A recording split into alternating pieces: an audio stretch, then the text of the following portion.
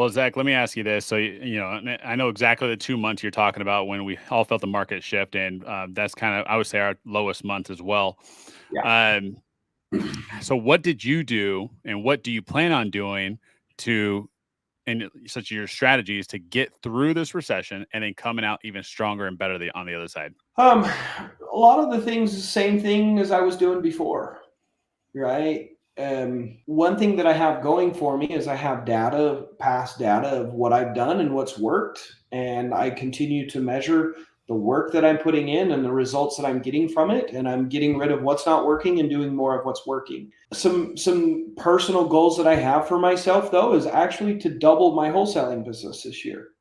Right? I really feel like there's a lot of opportunity. I mean, a massive opportunity for people that got through this recession. In my opinion, we're through. 100%. 100%. My opinion, we're through. Okay.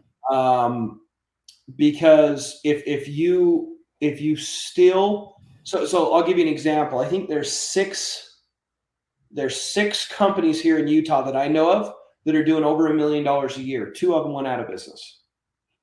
And they went out of business because they were over leveraged. They had a ton of flips, they took on a ton of debt, and they couldn't cover a 20% loss. Right. Right. So when they couldn't pay people back, they filed bankruptcy and they're out. Right. So I didn't have that problem. Right. And I actually didn't even lose any money on any of my flips. I made a lot less than I thought I would, but I bought at a much lower. And the only thing I'll touch as a flip is if I have at least a 30% margin, right? Gotcha. Because, some of the biggest hit markets in 2008 were 20 to 25%. So that was my cushion, right? Is I wanted to like very conservatively have at least a 30% margin in here. So if I got to sell it at a break even, and I can. So that's a big part of it. The other thing too is, with these interest rates that have gone up, they might go up some more, and if they do, that's fine. The biggest thing is there's going to be more and more sellers that actually need our support. So our cost per lead, how much we have to spend per marketing, will actually drop. Right? And there will always be money. There will always be buyers. There will always be investors. Right. And so people are like, oh, well, when the market's down, there's no buyers. It's like, no. There are buyers. There's a ton of buyers. That's when the buyers that know what the hell they're doing are actually buying. I know a lot of guys that have been sitting on the sidelines for a few years. Right. I have access to all the money I need to do as many creative deals as I want. I fully expect to cherry pick somewhere around 50 rentals in the next 3-4 years. Nice.